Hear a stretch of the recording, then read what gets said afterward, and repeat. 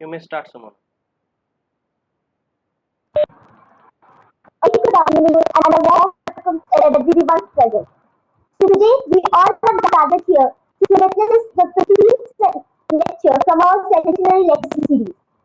Today we have with us Professor Mustafizur Rahman, who will deliver today's lecture on the very interesting topic which reads Innovation Keeps Us Relevant. Today, our session chair we have with us Professor Mandal, Professor, Department of Mechanical Engineering, IIEST.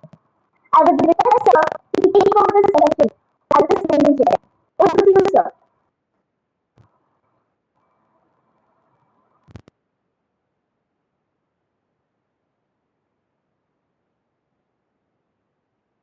Professor Mondal, please.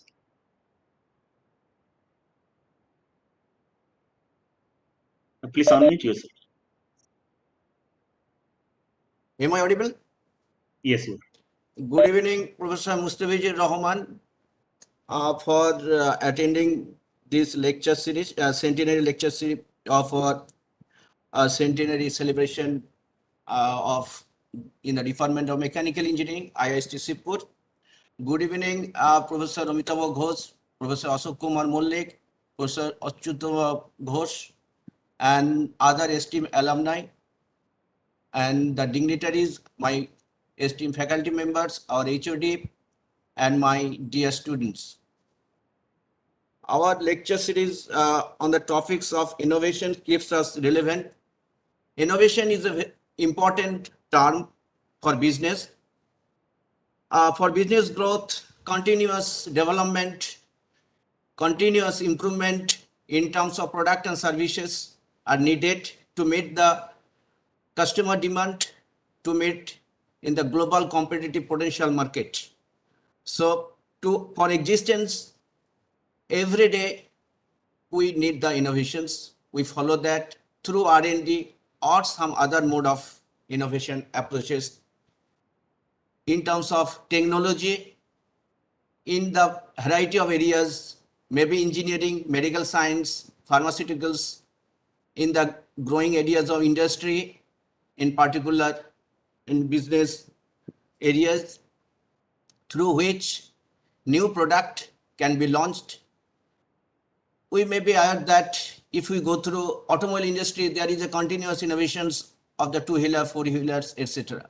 So this is an important topics. Professor Mustafizur Rahman will deliver his valuable talk on it.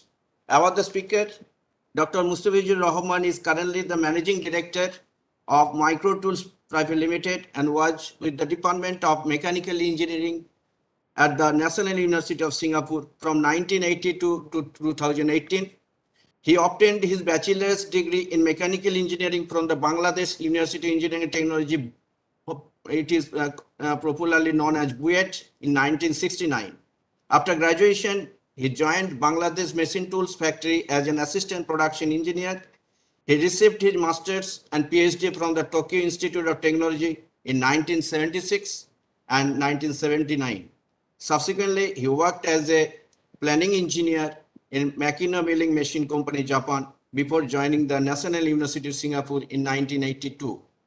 Dr. Rahman's research interest includes sustainable manufacturing, ultra-precision machining, micro and nano machining, design and development of machine tools and devices for micro and nano machining, high-speed machining, hybrid, simultaneous, EDM, ECM, ductile mode machining of brittle materials, and nano machining of free-form features. He proposed a compound machining process using both conventional and non-conventional machining techniques simultaneously or sequentially, the first of its kind in micro and nano machining. This new concept has made a paradigm shift in the domain of micro and nano machining. Dr. Rahman received William Johnson Gold Medal for Lifetime Achievement in Material Processing Research and Teaching in 2009. Ernst Strickland Prize from IMECHE in 2009. The Leading Edge Manufacturing Achievement Award from the JSME in 2005 and Institute of Engineers Singapore Prestigious Engineering Achievement Award in 2003. His most significant contribution is reflected through the book Advanced Machining Processes, compiled by him and published by Elsevier.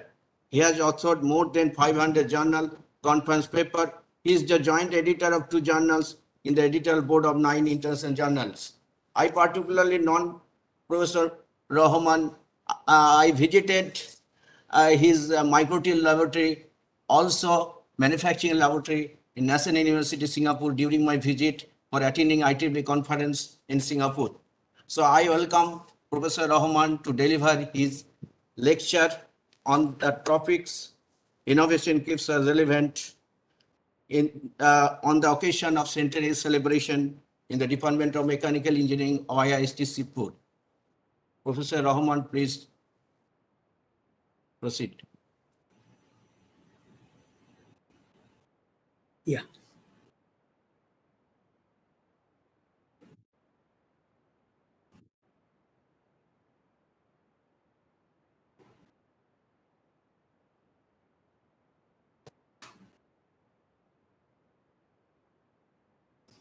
Okay, good evening to all.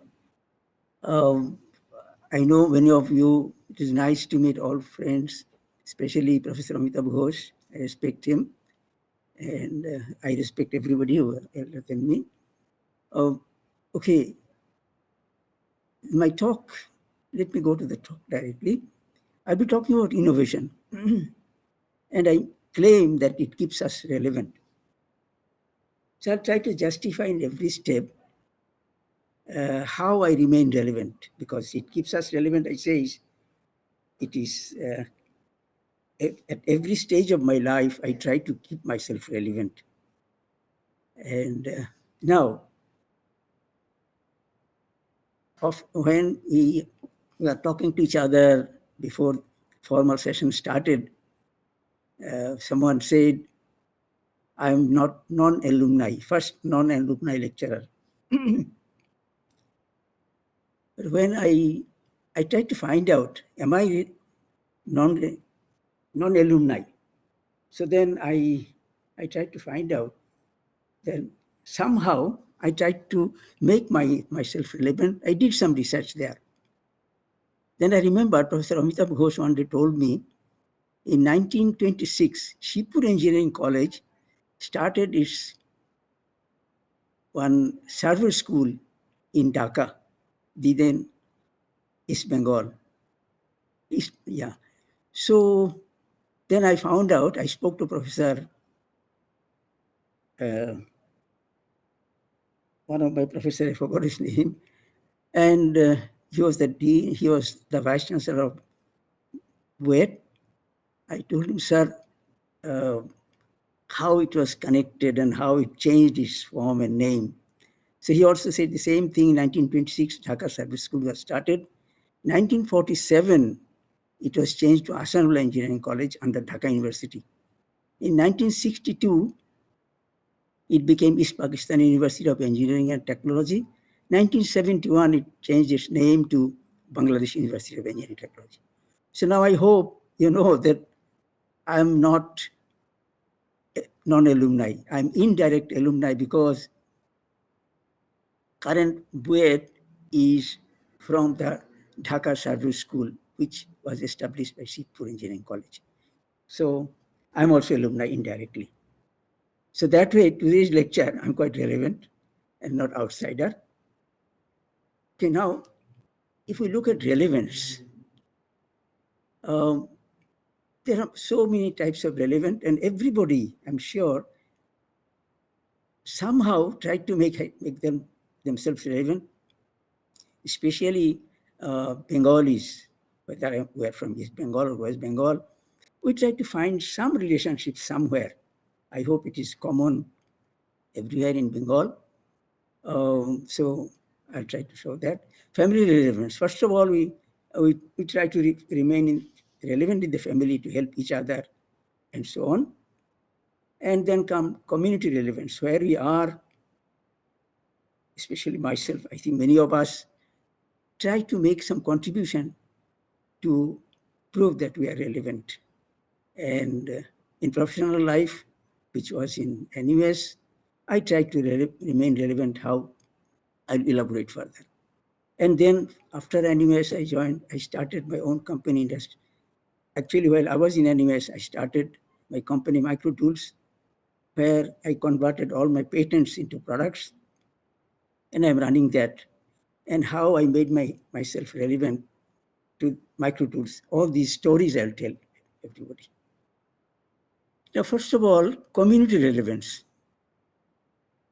When I started my working life in Singapore, and Bengali community was of reasonable size, and our children were studying, as you know, there is a second language, compulsory second language.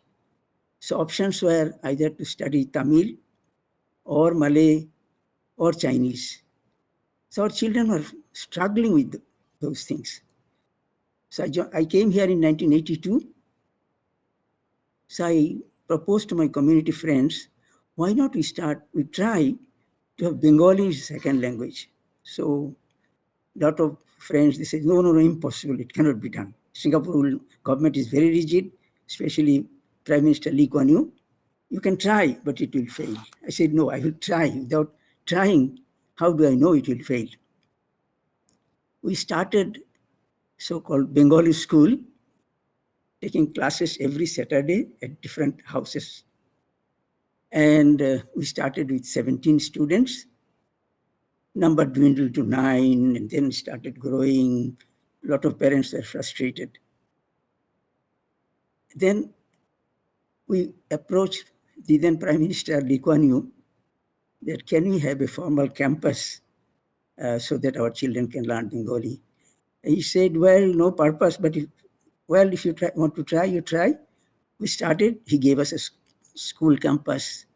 Now, to make the story short, now we have more than 1,000 students, Bengali-speaking students, and government has given recognition. Bengali is school second language, recognized second language. Our students can take exam, second language in Bengali, and government is providing substantial funding to run them around our school. So that way, those who started it, I'm one of them. Many of have left this country or no longer in this world. But since I'm here, I'm still very relevant to my community. Now coming to professional relevance. In professional relevance, in any ways, I'd always try to stay the leading edge of the technology. I was trying to do research in this leading edge of technologies, trying to develop new things. Since I'm mechanical engineer, but basically manufacturing engineer. So I was always trying to develop something new. And that is necessary, because if you don't do something, edge of the technology, promotion will not be there. You will not get postgraduate students. You will not get research grants. So it was necessary, and I tried to keep myself relevant. To establish my relevance, I thought I should do something new. And if I do not do something new, I will not get grants. So I thought of micro and nano fabrication, and that was my research area. I thought about it and decided to do it. And that way, it was a good success, I should say. I got a lot of research grants from government. Even I got research grant from Japan, Hitachi, Mitsuto, Moriseiki, and Makino. So then when I was about to retire, as I told you earlier, I started my company in 2003, but other people were running it. After retirement in 2018, I have taken it over full time. And as I try to remain relevant, to make the company relevant, I'm developing state-of-the-art machines and developing new machining processes, advanced machining processes, and which are very much necessary currently and in the future as well. So I have developed 3 machines. One is DT110, which is for micro nano fabrication. And 2010, I have developed nanofiber fabrication machine. And currently, we are developing a diamond turning machine, which is really the state-of-the-art machine. Such technology, diamond turning machines are there, but this machine is definitely, I will explain later, unique and state-of-the-art. And these are the three machines. This DT110 is for micromachining.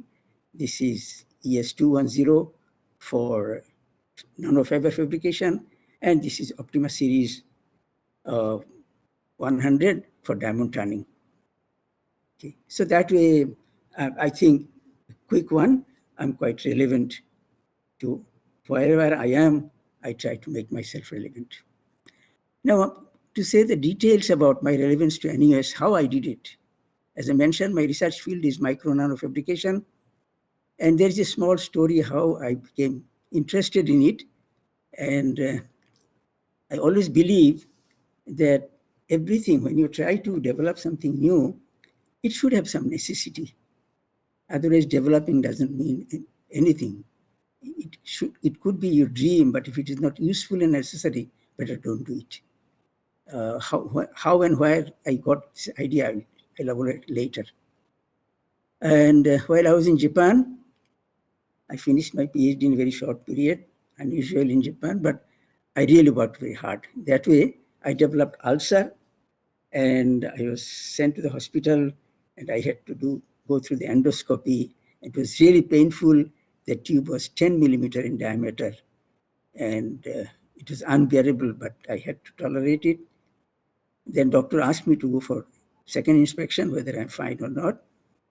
But I decided not to go for it. But the doctor called repeatedly and convinced me. When I said it is painful, he said, no, the tube now is only 2 millimeter. So I was surprised. I went. I didn't feel any pain or anything. So I thought, yes, things should be smaller and smaller from point of view of medical science.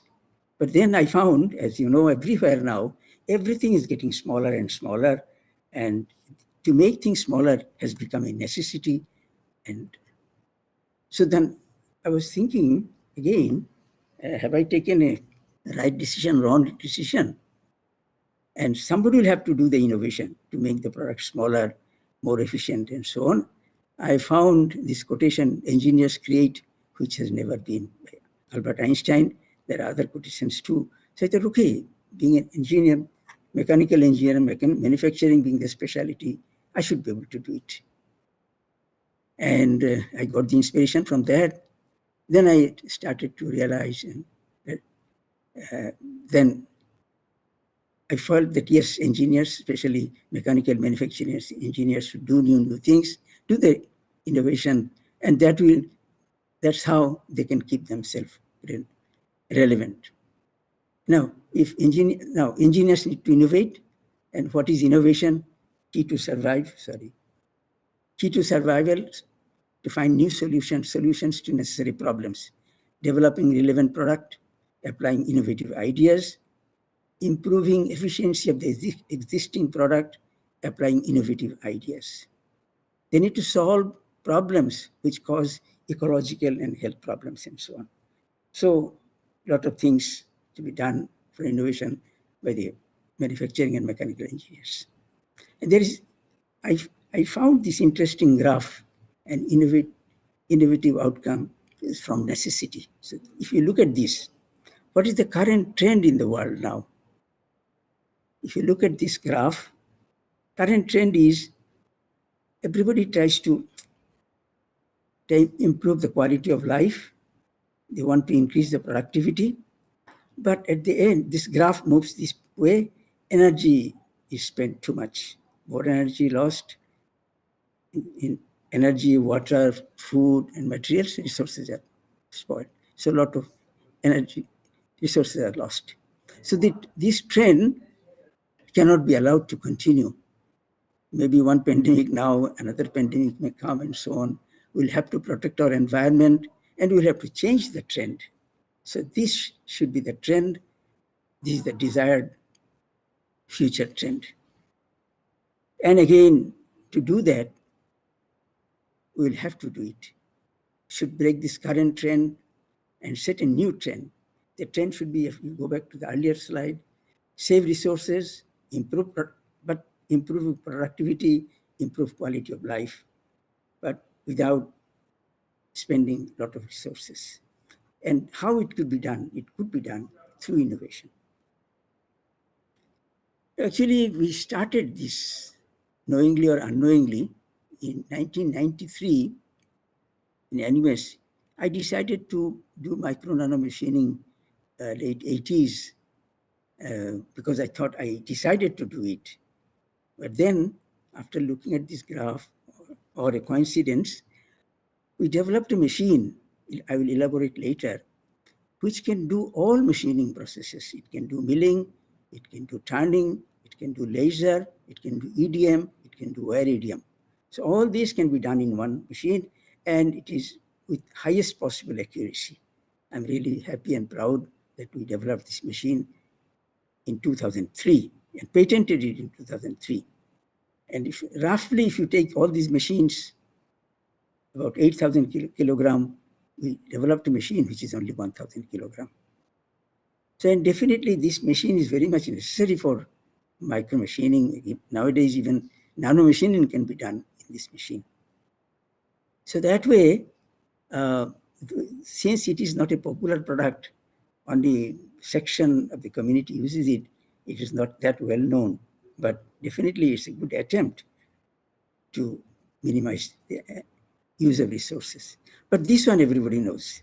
If you look at this, all these gadgets, television, radio, and everything weighs about 1,400 kg, but it has been brought into a small product which is only 200 grams. That made an epoch in 2011. So we all know that smartphone. Okay. So this way trend is there now. Everybody is trying to change that trend, making things smaller, spending less energy, less resources, and even required investment is less. Okay, now, having said that, and all these new products and new ideas, when implemented, it becomes an innovation. Now, today, I would like this talk, which is, this esteemed gathering, all are very knowledgeable people. And past lectures have listened, very in-depth studies and so on.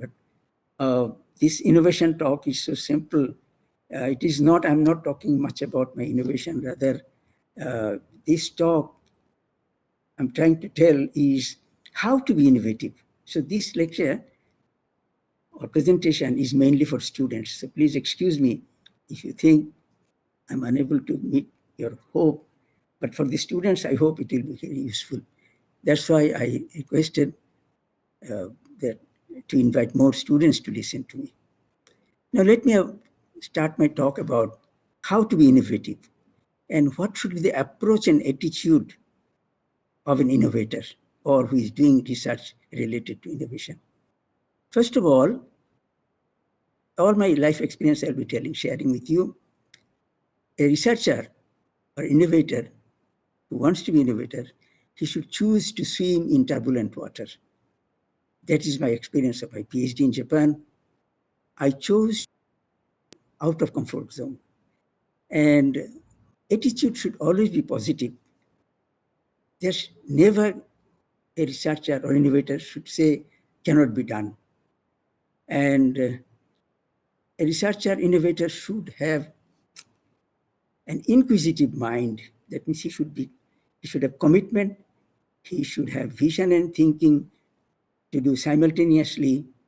And at the end, if he fails to innovate something, I always believe that he should be able to say, oh God, help me to solve the problem. If I fail to solve the problem, oh God, remind me to go to you for your kind help. So now, let me try to say how I swam in the turbulent water. I went to Japan, the land of innovation. This was the Japan after Second World War, and now this is Japan. So everything is automated. Toyota's Tahara automation line. So I will not go into details of it. So all these innovations or achievements of Japan really attracted me to go to Japan. And there's a famous saying I repeat here: to achieve something significant, you need to come out of your comfort zone. So I decided and chose to take a very difficult path. That's why I went from Bangladesh to Japan, not to UK to study. From Japan, I was working in a company because that time foreigners were not allowed to be lecturer in government universities. I did not like to teach in private universities. Then from there, from the company, because my father really always wanting me to be a teacher, so I joined National University of Singapore. And when I was about to retire, I took over the company and I said, okay, I will take another step, another risk, and I am running full-time my company, Microtools. But innovation is always my journey. I always stay with it. How do I justify that I went out of my comfort zone? As you know, going to Japan is, language is different, and their culture is different, their food is different, their research and education environment is also different. But I took a chance. And the reason is very simple. I showed you where from devastated land they became a so developed technological country. So Asia's rise began with Japan. And Japan's transformation from rice paddy fields to high-tech industries inspired me very much. As I said, Japan is the land of innovation. Now, I'm so lucky when I went to Japan, everything was unknown to me. I was assigned to study at Tokyo Institute of Technology. I didn't know, I knew about the name, but it was when I received the letter, some Japanese might have drafted the letter. They said Tokyo University of something, which I was thinking, am I going to some polytechnic? But when I went there, I saw it is Tokyo Institute of Technology. And I'm so lucky that I found that two famous professors of Japan, Professor Ito Yoshimi and Professor Masuku Masami, they are my supervisors. Professor Masuku Masami was the professor, and Professor Ito Yoshimi was associate professor at that time. But Professor Masuku Masami retired in 1 year, so I was supervised by Professor Ito Yoshimi. And Professor Masuku Masami, both the professors, they got King's Medal. And as you know, in Japan, there is one King's Medal in a year for technological things, and both of them got King's Medals. And Professor Ito was on machine tools, and Professor Masuku Masami was on machining. And Professor Ito would always tell me, I was very happy to say that, he said, try to do something new, but whatever you do should be relevant, should be useful. And Professor Masuku Masami would say, research should be an in-depth study, not superficial. So these two sentences I always try to remember. And I'm happy to say that they shaped my attitude and approach to research. And through my research, under the strict guidance of Professor Ito Yoshimi, I developed a thought process which I'm going to share. Sorry. Now, let me talk about approach and attitude for an innovator, to be an innovator. As I said, chose to swim in the turbulent water. I have explained to that. And my next point is positive attitude. Never say cannot be done. I'm sure almost all of us are Bengali. I'm sure you have read this poem, this poem written by Kali Prasanna Ghosh. I will not read the whole thing. I hope all of you know it. Paribona. Paribona kothati boliyo na ar. And I'll go to the last paragraph. Jole nanami like ho shikhena satar. I will not elaborate. So this poem is always an inspiration. I never say no. My attitude is always positive.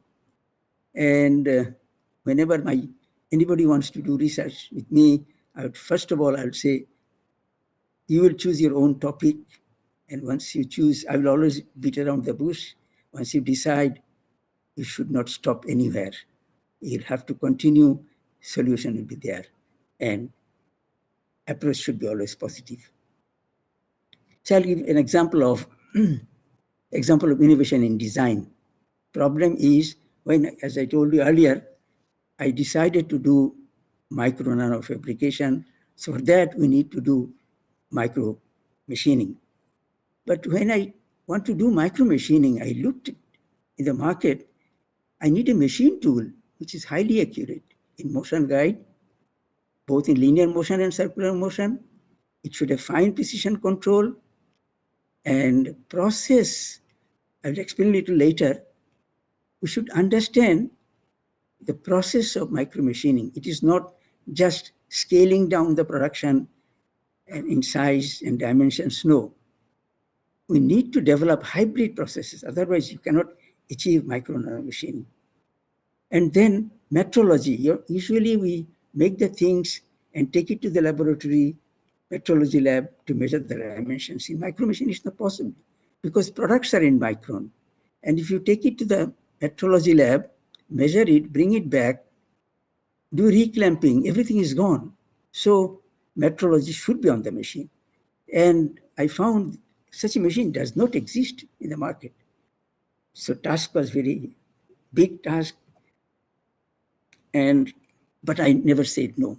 I said, yeah, it could be done. I tried to analyze them. Once I have analyzed, I know the problems. No machine will have to develop the machine. Processes will have to develop. Metrology on the machine I'll have to develop. It took a challenge. And in 1993, I was a lecturer then. I wrote a proposal. And all my colleagues said, impossible. So much of money, Singapore University will not give you. I said, let me try. I'm never discouraged. Nobody can discourage me. And I applied. I got a huge grant to develop this machine. Now, machine story I'll tell later. Now, hybrid, come to process. Why hybrid process? If somebody asked me to make a small hole, 50 micron, I'll say drill cannot do it. So I'll try to do by EDM. So I buy the electrode from the market. So try to make a hole because electrode usually 200 millimeter long or even 100 millimeter. Clamping will never be perfect. There will be error. When it is rotating and making hole, it will not be 50, it will be 100, 200. So what is the solution? Solution is you'll have to make the electrode on the machine, and with the same fabricated electrode, you'll have to do EDM. Example is here. Make by turning process and bring the EDM tank below the rod you have made and do machining, EDM. Then you can get a perfect hole. Okay, so that way, and so we had to develop a machine. I will not very much elaborate on it. So we had to develop a machine which is hybrid for micro machining, multi-process miniature machine for micro machining. So it can do everything. In one setup, it can do turning, it can do milling, it can do wire EDM, it can do machine measurement, and it can do laser machining. So this machine, a compact machine, 1 ton, it can do everything, but all in micron. And it was the world's first integrated machine tool for micro machining, small in size. Accuracy resolution was 0.2 micron, and accuracy was plus minus 1 micron. So it can do all the processes. And I'm happy to share that this machine received IIEST Institute of Engineering Singapore Outstanding Design Award in 2003. It was patented, and now it is licensed to microtools. And this machine, I told you, it should be a very accurate machine. It is a 50 micron hole. Electrode is made in the machine, and then EDM is made, EDM is done, then we get a 50 micron hole, exactly 50 micron. The accuracy, you just see. Conventional EDM will give such a hole. Our machine gives a hole like this, almost like Z boring hole. Extremely accurate, and all measurement, everything is done on the machine. And if I just give you an example of making a microshaft, but interesting story, I will not go into the details of it. IIT Delhi student came to me to do a challenging research. I said, ask him to make a 50 micron shaft by turning. He said, impossible. But then I said, it can be done. And I will share this with you when I talk about thinking process. Okay, the next thing I will talk about inquisitive mind. I told earlier, approach should be that inquisitive mind. The researcher should have commitment, vision, and thinking should work simultaneously. Then through this, which my Professor Masco told me, I'll share with that story.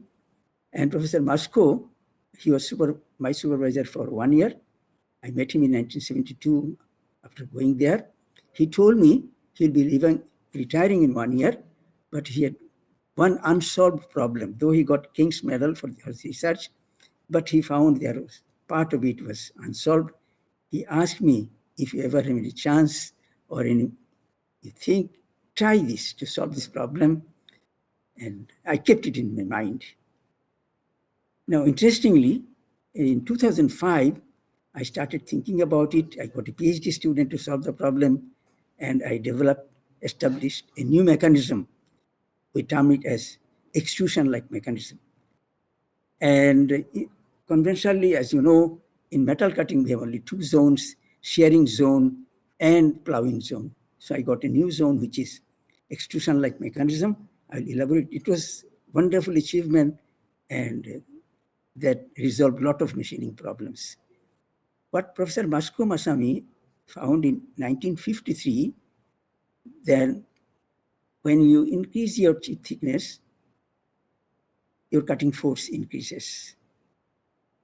Okay, so, and he varied the chip thickness, and he found the straight line ends not at zero, somewhere here. So he told me, he would call me Rahman, he said, you try to find out what is happening here. If you have time, if you have an interest, you find out what is happening here. So that was haunting me always. I was thinking about it.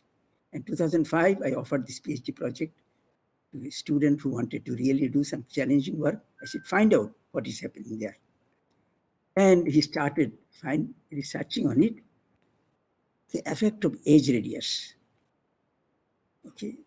And then, and I told him, as the chip thickness decreases, the radial force increases, and do some analysis. Okay. So he started analysis. Usually when we see the cutting edge, we think it is very sharp, which is not actually. If you magnify it, it is quite round. If that roundness is not there, the tool will break. However, this roundness can be smaller and smaller. There is a though there is a limit. So take this, if you look at this example here, exaggerated figure, this chip thickness. And as you see, when, let me explain a little bit. A by R, A is the chip thickness, R is the edge radius. So A by R, we call it a tool edge radius effect. And finally found that when A by R is very large, shearing takes place. And when A by R is very small, plowing takes place. It is established. But what is happening in between, nobody tried to find it out. That was my task to find out. And I found out that when A by R is greater than, the student found out, he did a lot of analysis. I'm not going to take you to that journey. A by R is greater than 0.25, concentrated shear takes place. And when A by R becomes less than 0.25, then reverse flow of the material takes place. Some of the material escapes over the erect surface, and some of the material escapes below the clearance surface. So that way, two separate metal flows. And when this A by R becomes very, very small, then complete extrusion takes place. So it is some people call it forming, somebody call it extrusion in machining. So all the phases are there. I'm not going to kill your time there. So this is the case when extrusion-like mechanism, A by R is less than 0.25 and A by R is more than 0.25. This is concentrated shearing. So we found out, and when it's around this zone, extrusion mechanism, clean surface is found. And we could achieve a nano surface of about 0.17, 17 nano. That actually benefit of finding out the zone is tremendous, this extrusion-like mechanism. Nowadays, by machining, turning process itself, you can get a surface finish. We have recently achieved 1 nano on any metal, non-metal, anything. And no need to do grinding, no need to do grinding, no need to do polishing. We can do nano finishing by turning process. In addition, this process leads to a deterministic data, which is like if you do by polishing and grinding, it is never deterministic and form accuracy is poor. So we got significant improvement of form accuracy, and in contrast to grinding and polishing, which are non-deterministic process. So it made a real wonderful breakthrough in machining domain. That's all about thinking process and attitude, approach and attitude. Now I'll talk about how to be innovative. I'll talk about the thinking process. Now, first thing, fundamentals should always be applied, try to apply fundamentals. If you are just searching blindly, you may not reach anywhere. So you'll have to, the causes should be analyzed. Why this cannot be done? And think of possible solutions should be investigated, and then finally fundamentals should be applied to solve the problem. Okay. And second thing is a person who can think out of the box, he will be a successful innovator and researcher. And his parallel processes should always be on so that he can always think of options, not always one directional to think of one solution. There could be multiple solutions, which he should not miss. He should observe carefully, note them properly, analyze them, and find out if one doesn't work, other will work. If not, another will work. And he should be very thorough, very up-to-date with the research. And he should not do something which has already been done. Or he should find out, to do his innovation, is there any relevant work which he can bring in and apply? So all these things a researcher should keep in his mind, then he can be a good researcher for innovation. I'll give you an examples of innovation in manufacturing. When I developed the machine is done. Now, from Japan, I got an order. Panasonic wanted to buy our machine. So I was happy that I can make a 50 micron hole, 50 micron electrode. They said, no, if it is 50 micron hole, we are not interested in the machine. You'll have to make a hole which is 10 micron. So that was really unbelievable. But as I don't say no, I took the challenge and I did it. I'll quickly take you through that journey. Now, coming to 50 micron, first of all, 50 micron rod, how we achieved it. And we did it. We achieved it, as I show. It is pure turning, nothing. Now, when I offered this project to a student who came from IIT Delhi, I told him, can you machine a 50 micron shaft? He said, impossible, sir. I said, hey, guy, don't say impossible. I don't like this word. So why don't you try? He asked me, can you do it? I said, yes, I can do it. Have you done it? I said, no. Then he said, how can you be so sure? I said, no, I believe in fundamentals. I believe in maths. Maths says it can be done. So he said, okay, give me some time. Let me think about it. He came back, thought about it. And after 2 weeks, he said, sir, I give up. Now, why he could not do it? Because he did not do analysis. When I told him that, okay, I give you the equation, fundamental equation, then go and you'll be able to do it. Simply, when I asked him why you cannot do it, he said, sir, when it is so slender, it will bend. I cannot do machining. I said, okay, so what is the problem? Length, which is rigidity. And what is the other problem? it will deflect. So deflection is dependent on rigidity, and rigidity is dependent on all these factors. So deflection delta is equal to the force applied, length of overhang, E and I, okay, Young's modulus and moment of inertia. So all these things, only you'll have to, these things are fixed. Only thing you'll have to vary the force and length of overhang. What is the problem? And he was really sharp. He went back, thought about it, and did it. And why people say that it cannot be done? Even Morisaki president came, he said, impossible, cannot be done. When I did it, he said, oh God, how come I could not think about it? People think longitudinal turning from a 6 millimeter diameter shaft, when you try to reduce the diameter to 50 micron, definitely it will bend. You cannot do machining. So you'll have to play with cutting force and length of overhang, and then you'll have to go for step turning. So students will have to think, what should be the length of overhang? When the diameter is 6, he will have to find out what should be the length of overhang for which there will not be any significant bending, which it will still remain within elastic limit, and what should be the cutting force. So by experiment, he found it out and did step turning. So he was going from this, taking this much of step, machining in steps, going up to there, 50 micron, then coming to the next step, and he did it. All these programs and everything are done. So he did it happily, and I was happy, and I rewarded. So this is the story of making 50 micron.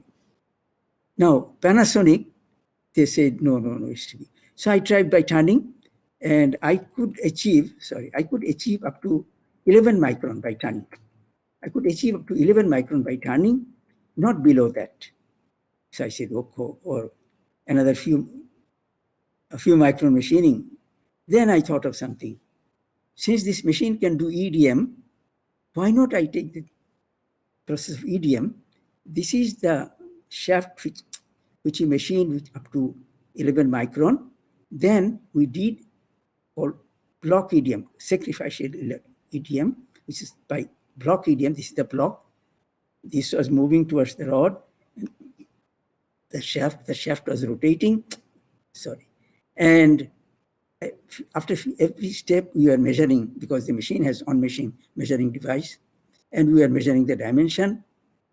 And then finally, slowly we reduce the diameter and reach.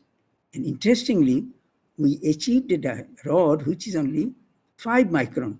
And with that, we made hole which was 6.5 micron. And this is the result. And the student who did this, another PhD student, he got a hole which is 6.5 micron. All the steps are very long. I'm not going to elaborate on that. And midnight, he called me, sir, I have done it. I went to see, he did it. And I said, it could be fluke. Then in front of me, he made 8.5 micron, 10.5 micron, 12.5 micron. So I said, no, it's not fluke. It is genuine. And it was done on 50 micron steel plate. And this is even today, this is the smallest hole with highest aspect ratio. Okay. And this is 6.5 micron hole. If you look at this, accuracy is wonderfully accurate. So this is about applying the fundamental, how can you solve a step turning process. It can be applied in many areas. Now, let me go to the next point, out-of-the-box thinking. I did the work. There was a PhD student from Vietnam. He wanted a challenging project. I said, can you combine EDM and ECM? So his master's degree was on EDM. He said, sir, no, EDM, ECM, diametrically opposite process. You cannot combine them. I said, why? He said, so one is done in deionized water, another is done in ionized water. How can you do it? So this is the process. And people do it sequentially. They do EDM, and after that, they do ECM. I'm not going to do that. So one is non-conductive dielectric or non-conductive medium, another is conductive medium. This is EDM and this is ECM. So I told him to combine them, and he did it successfully. I just gave him one clue because he got lost. I told him, have you ever watched when you do EDM, do you see any bubble? He said, no, sir, I didn't notice it. So I showed one thesis, which I got from Japan. One guy, Masaki, did a PhD thesis on EDM. So he came, he knew me, I was advising him in EDM. He was doing in Tohoku University, but quite often he was communicating with me. And he said, sir, I have done my PhD thesis, but I see some bubbles, why it is. So I told him, okay, give the thesis to me, allow me to do another PhD work. I found the clue. Since you saw bubble, so I gave the thesis to this Vietnamese student, and I asked him, find out whether he can do EDM in a dielectric which is not fully deionized. And he found it. He found that if it is deionized up to 78%, then also he can do EDM. Then I said, you try to do ECM. Does it need to be fully ionized? And he found that even with only with 18% ionization, he can do ECM. So I said, okay, so don't use a fully ionized, fully deionized medium, then you can do both. On cycle, you do EDM, and off cycle, you do ECM. And he did it. So a few things he had to do. He had to use short voltage pulses and metal removal should be very small, should not be very large volumes of material should not be removed. Then you cannot have ECM. So if you see the result, so for that the feed rate should be very small, and in this case, micro EDM was done at feed rate of 50 micron per second. It was micro EDM milling, and ECM was, and so he could do an off-cycle ECM was done. So EDM surface was finished by on-cycle EDM, off-cycle ECM. And that way, if you look at it, only EDM gives a surface finish red lines 142 nano. If simultaneously EDM and ECM done, he got a surface of 22 nanometer. So now even in EDM, you can get nano surface finish combining these two processes, simultaneous EDM, ECM. So now parallel processor, I usually tell the story of train journey or bus journey. Usually when I ask my students, if the bus starts from Dhaka to go to Punjab through India, stops in different places, then I give the figures. So many people came in the next stop, so many people came in, so many people got down, and so on. Everybody starts counting, and at the end I ask them in how many stations it stopped. So most of them get lost. So that means their parallel processor was not on. So there could be two answers, so everybody should count on both those. But that is not formal research. But in my research, I applied that. I developed a new tool material, which is again a PhD student from India. We developed a new tool material. Okay, the student project was, I got funding from America to develop a cutting tool which can cut titanium and tungsten at high speed. They expected more than 250 meter per minute. Currently, titanium is machined at 50 meter per minute. Tool used is usually tungsten carbide tool. Tool life is very short. And I thought, okay, I will use CBN tool, which is hard tool. And also CBN, it could not survive. Cutting speed 350, depth of cut is very small, feed rate is very small. The tool did not survive. So the other cutting speed also same thing. So the student cried and said, sir, I cannot get my degree. I said, no, giving the degree is in my hand, don't worry. So I asked her to analyze what is the cause of this tool wear, abrupt tool wear. Something is happening. And they found out after analysis that the binder, the cobalt, at high cutting speed, the cobalt binder gets diffused and tool lives become short. Then I asked Sumitomo of Japan to develop for me a tool which does not have any binder, pure CBN, that means binderless CBN. Okay, quickly I'll finish that. And with that binderless CBN, as you see, she could get a binderless CBN, very tool wire was slightly more than PCD tool, polycrystalline diamond tool. Okay, so that way we found a new tool which is called binderless CBN that is as good as polycrystalline diamond tool, much cheaper and so on. So the student could not think parallelly that there could be other solutions. So there are always solutions actually. And a researcher should always be up to date with his research. And I gave a project to a Pakistani student to do ductile mode machining of brittle material. He also said it is impossible, but I gave him a reference paper which was published by Lon in Canada. He found that every brittle material has a ductile layer on it. And he found for tungsten, it is about 1 micron. But those days, those machines were not there to machine 1 micron depth. So I gave this product to a Pakistani student. And when I gave it, he said, "Sir, impossible. How can I establish it with 1 micron depth of cut?" I said, "Yes, you can do it."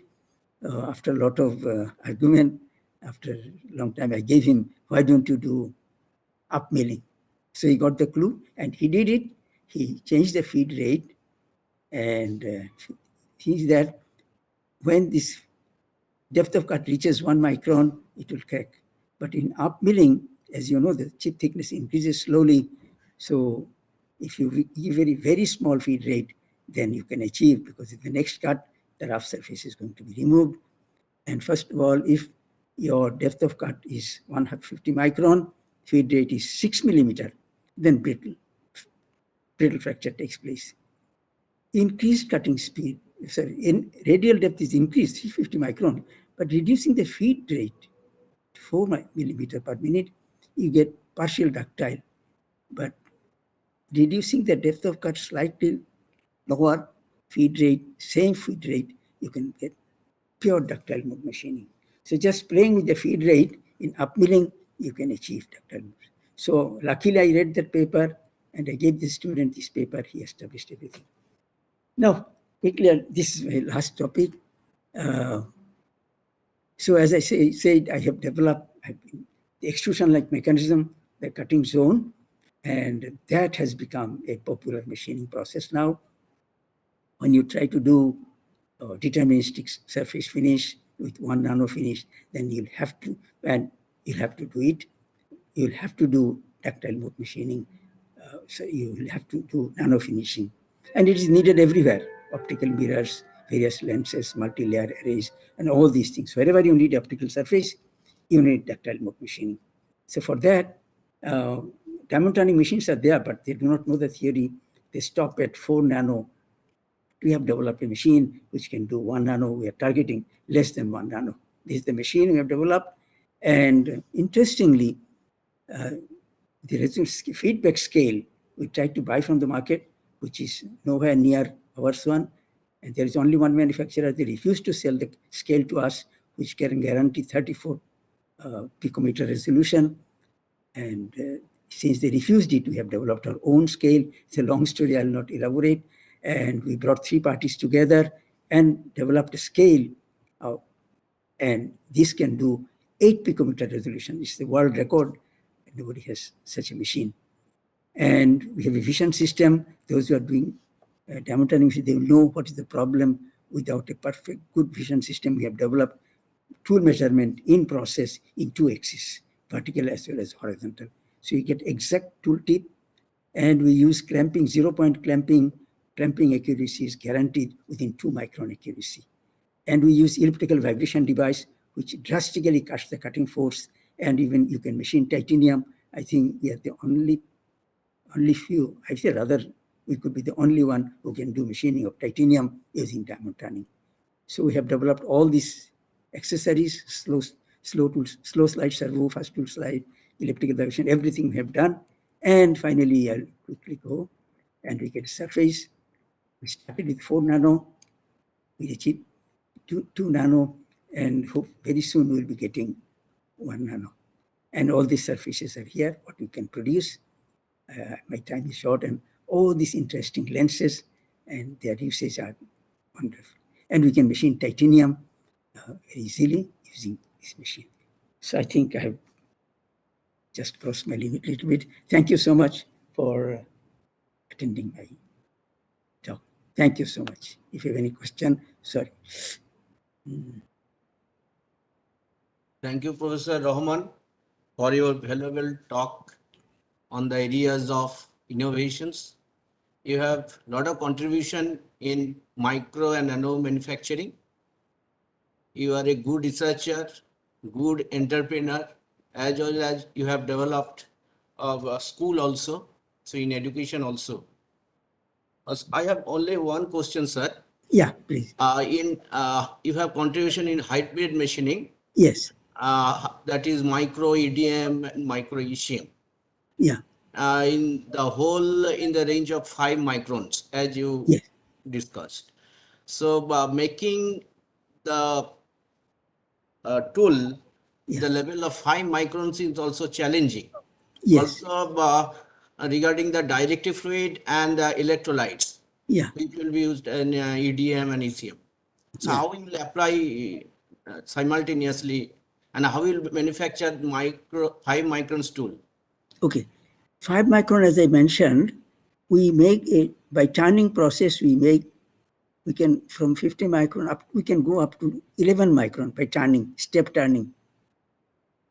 After step turning, as I showed this slide, screen I share.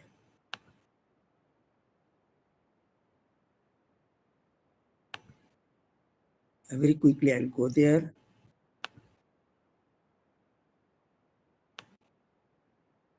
Actually, I was rushing to present. If I had time, I could go slow. But I wanted to.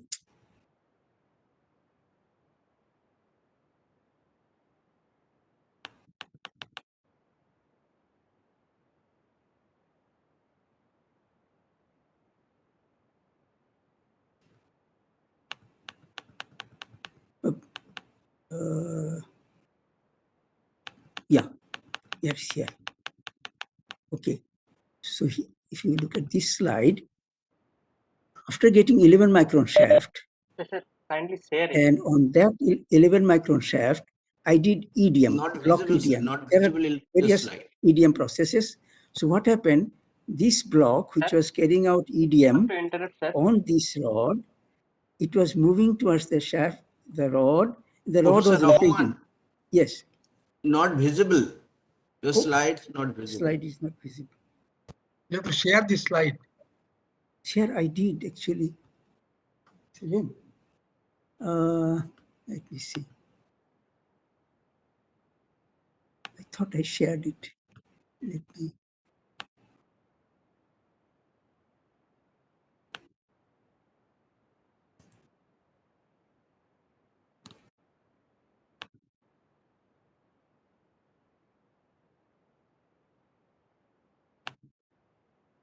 Professor Mondal, I think the host has to allow sharing. Who is controlling the whole thing? Sir, Professor Rahman is co-host, so he should be able to present. Yeah, I He did it earlier. I did it. How come I cannot see the screen? So can you please see the share button under the screen? Share button, yeah. This is somewhere hiding. So usually this is at the bottom of the screen, Yeah, it should be. towards the middle.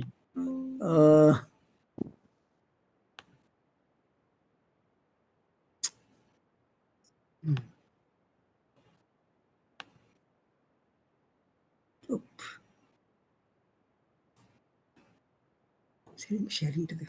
Sure. Just give me a second, please. Stop sharing. The share button.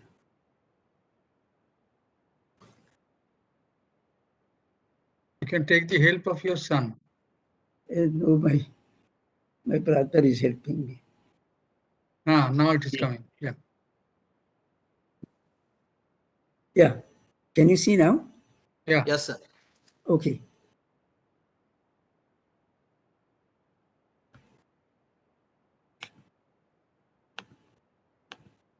Okay. Now coming to this, after getting this 11 micron, even if you can do it from 20 micron or so, so you do, this is the shaft you achieve by turning, and then you do EDM using this EDM block EDM, and this rod is moving up and down and rotating. The block is approaching the rod, so that way the diameter gets reduced. And after doing EDM, few steps, and you do the measurement, on machine measurement, and actually it's in the process. So you do the measurement and see whether you have achieved up to 5 micron. I hope it is clear. So after turning, you do EDM on it because the machine has both the facilities. Thank you. May I say Please, that? I had one doubt. I think I know Yes. your work. You have done phenomenal contribution. You have made to machining science. I know. I'm familiar with you. You have made so many wonderful machines, and many are actually working in various IITs and institutes. One thing you told at the very beginning that 5-6 different operations you combined in one machine, isn't it? Yeah. Yes. But I think if you make a more general purpose machine from a special purpose machine, does the productivity becomes affected or it becomes low compared to the Okay. special If you purpose make machine? special purpose machine, if you cannot carry out hybrid machining in the same setup, so you'll have to take the workpiece from one machine to another machine to do another process.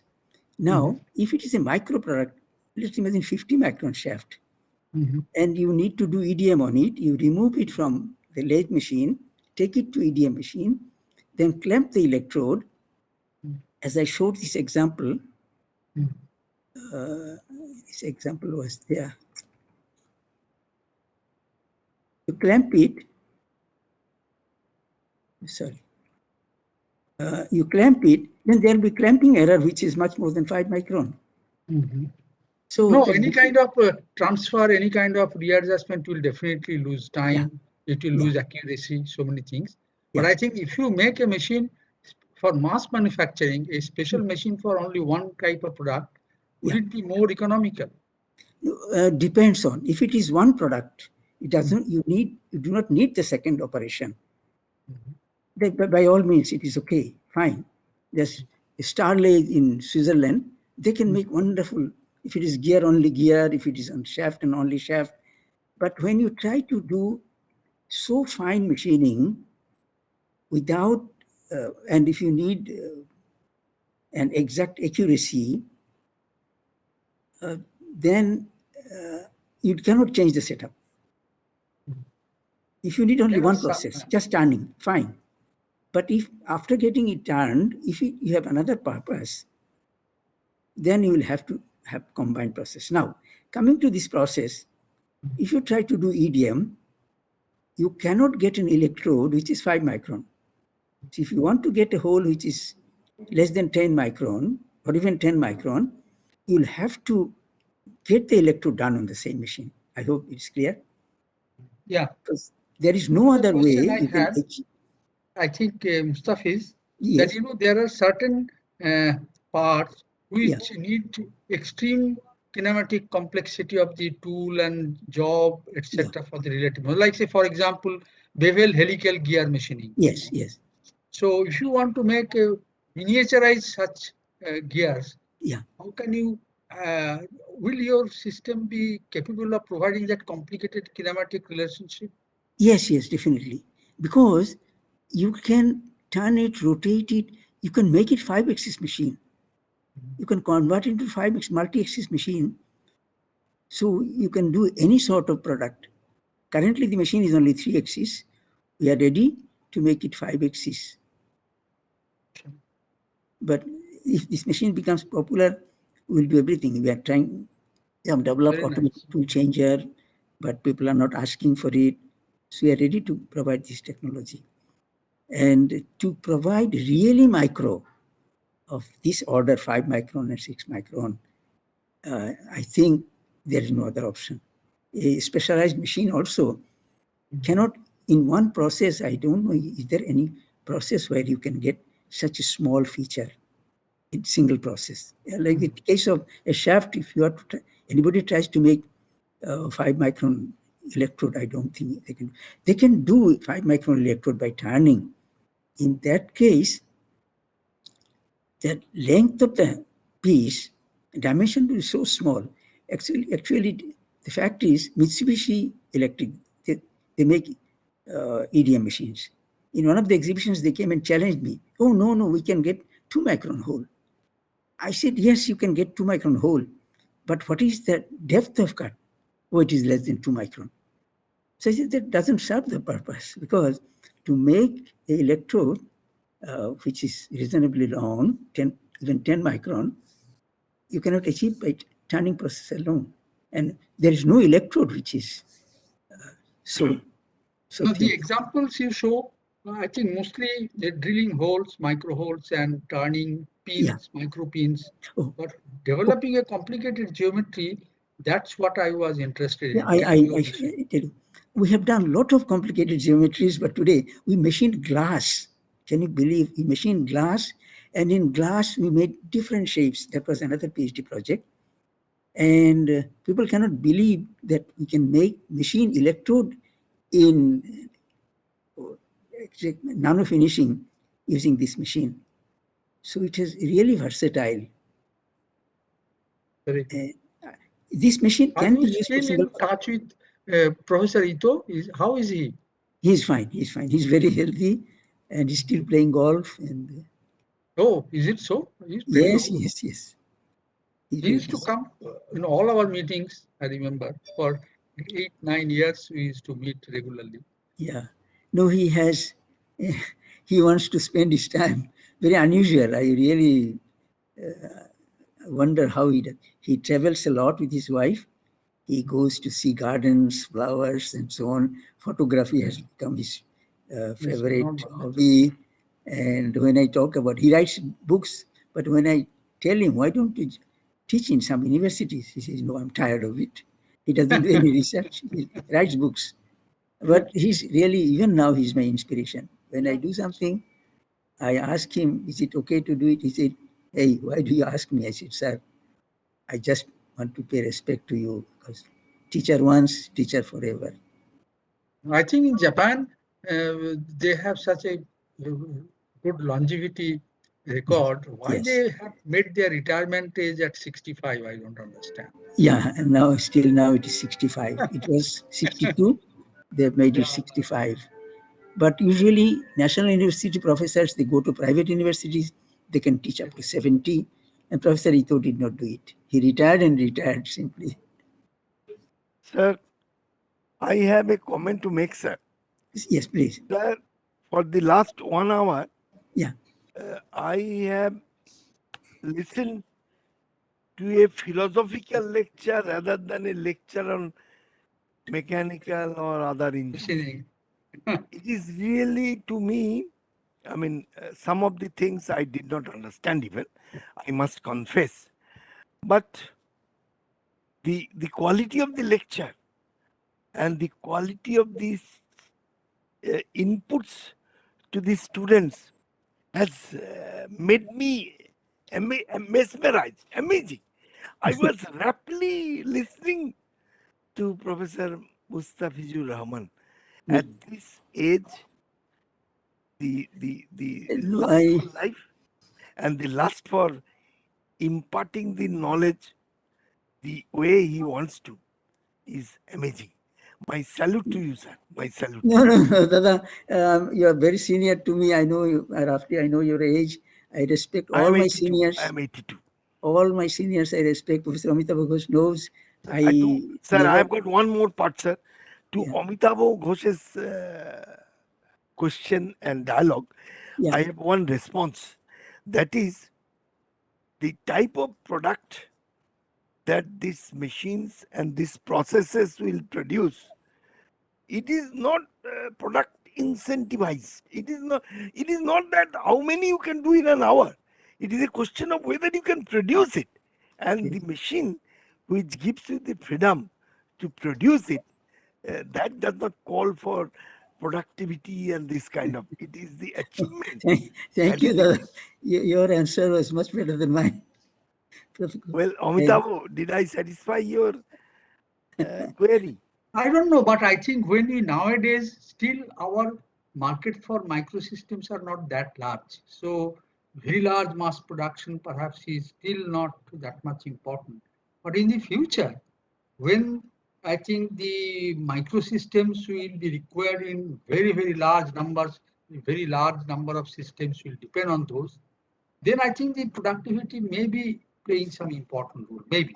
I have another response to Amitabh, your questions.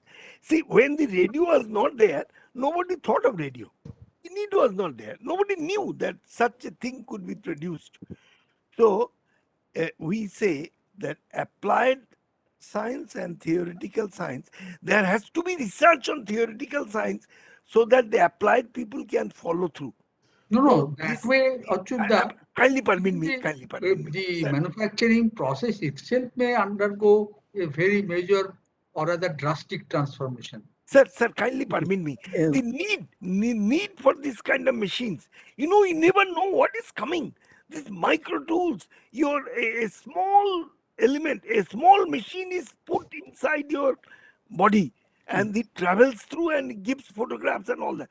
So all these things we never knew that this is possible. So what Professor Rahman has done, it is work for the future. It is work for the coming knowledge base.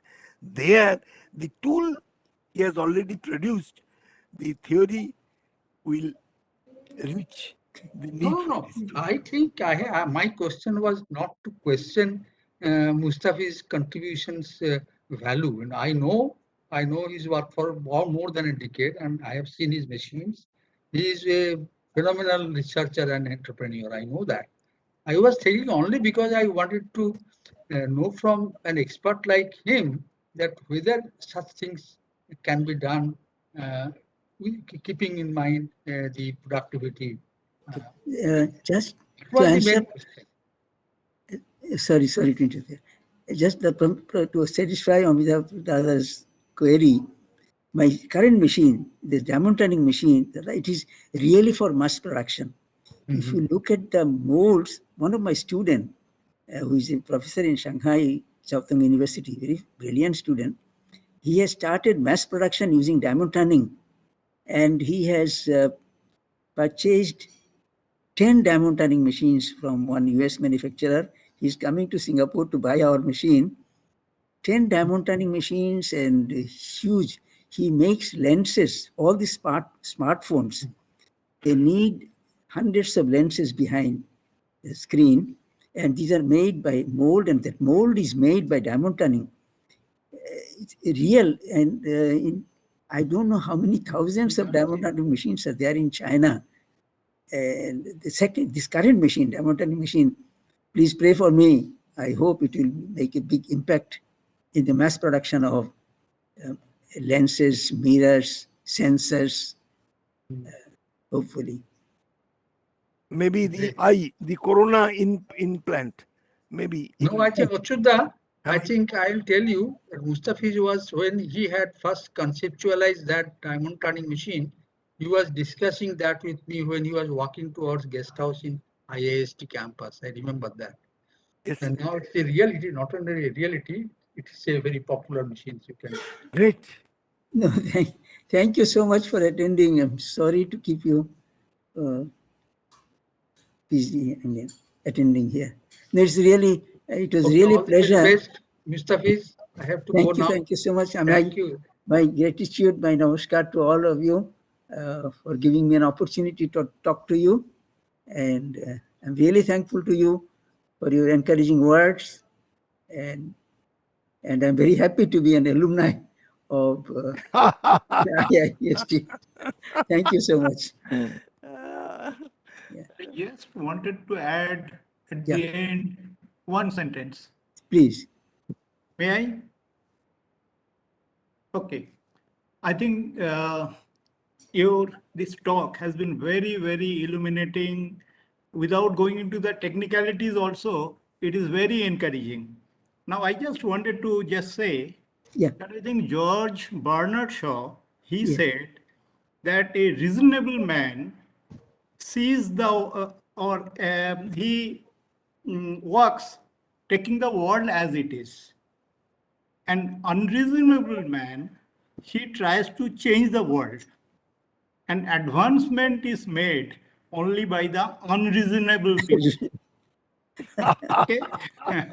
So as a result, I mean, it can be summarized like this: that's ultimately the result is reasonable. Whatever you do at the end of it, the result has to be reasonable, but the process is unreasonable. And I think you have given one example of that. You are talking about making a shaft from bringing it down from 11 micron to say 6.5 micron. So that when you are applying EDM process, Yeah. normally the tool wear is detrimental to the process. It is always we try to avoid it. Yeah. But you made use of the tool wear, Yes. Yes. which is, I mean, used, I mean, to your advantage. So there comes the question of, I mean, doing something by normal standard unreasonable, but coming to a very reasonable result. The solution. I'm really Thank you. I grateful mean, to kudos all to of you you. for this type of. Good question. I'm really grateful to all of you. I don't deserve all these appreciations, but my heartfelt thanks to all of you. My respect to all of you. I hope, I wish, and I can meet you all in India when the travel facilities are opened up. Now we should allow him to have his dinner. That's true. Yeah, sure. I'd love to meet Yes. all of you. Thank you. Thank you so much for attending. Thank you, Dr. Rahman. Thank you so much. Thank you all. Dr. Vidyut Pal, Yes. Professor Rahman, I have got a comment for you. Yeah, please. First thing is that you told us that it is for the students. Yes. Just count me as one of the students. Now, coming to the next thing is that your presentation is really what I call deceptively simple. For the students, he talked about innovation as if anybody can do it. No. Yes, yes, I believe. Okay. Let me put it. My favorite geek for my students, okay, is that I can make an engineer but not an innovator. Innovation is something different. And rightly so, he talked about to be an innovator, you need commitment, you need vision, you need continuous thinking. I will add one more thing. You need a lot of sweating, a lot of perspiration. Okay? Yeah. Okay, so no, it was really interesting journey. As Uchudha rightly said, it was bordering engineering and philosophy. It was really so. Thank you. Thank you so much. Thank you. However, I've got a couple of personal questions for you. Yeah, please. Number one, what is the cost of DT110I in US dollars? About. In US dollar, it should be around. About. The basic machine is US dollar. I don't need exact number. I need a ballpark nearest $100. I'm fine. Yeah, it is about 170,000 US dollars. $170,000. Yeah. Okay, that's one thing. And in India, there Second- are about 30 machines. Yeah, please. Okay, so what's the lead time? Maximum 6 months, usually 3 months. 6 months. Okay, next question is that you talked about ES210. Yeah. I'm assuming it is the electrospinning machine. Yes, electrospinner we call it. Yes. Okay, the reason I asked because I have a technology that's different. We call force spinning. Okay. Okay, what the cost of ES210? ES10 should be in Singapore dollar about 60,000 Singapore US dollar 60. Yeah, 60,000. In US dollar or Singapore dollar? Singapore dollar is about 80,000. Oh, 60,000 in US dollars. US. Okay, okay, that's all. Thank you very, very much. It is really very interesting. And Vidyut, please do me a favor. I want to talk to Professor Rahman later, offline. Thank you so much. It was really Thank a you wonderful so much. presentation So, for the students, really. Thank you. I don't deserve so much of praise, but I'm really grateful to all of you for your encouragement. No, you are inborn innovator. No wonder you came from professorship to entrepreneurship. No wonder. yeah. I It am was in a- total agreement with Kamal. Excuse Kamal me? has expressed, You are yes, exceptional. Kamal has expressed our sentiments. Yeah. So Thank you so much. any comments from other alumni? Any questions? Or any questions from the students? Or faculty members, those that are participating? Okay, Dr. Vidyut Pal. Yes. So with the permission of the chair, I take this opportunity to thank you, our speaker today, Professor Mustafizur Rahman, for his very illuminating talk, taking the journey to innovation. And I also thank our session chair today, Professor Subhash Chandra Mandal, for leading the discussion effectively. And I also thank all our senior alumni members, Professor Amitabh Ghosh, Professor Ashok Kumar Mullik, Professor Achyut Ghosh, Mr. Palit, Dr. Kamal Sarkar, Dr. Purandar Bhattacharya also joined. And so for joining this session today. And I also thank all our faculty members who have joined the session today and also the students. So with this, I request our session chair, Professor Mandal, to virtually present a certificate of appreciation to our speaker today. Student, please, can you share that certificate of appreciation?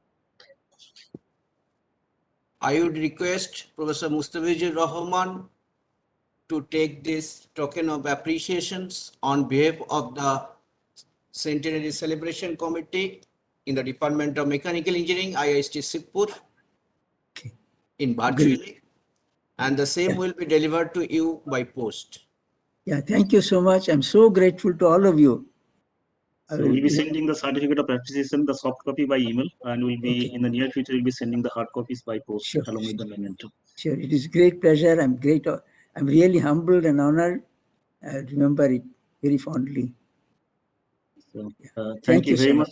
Thank you, sir. Thank you, sir. Thank With the you all. permission of the chair, then we conclude our session today. Yeah. Thank you everyone for joining. Thank you so much. Yeah. Thank you. Now in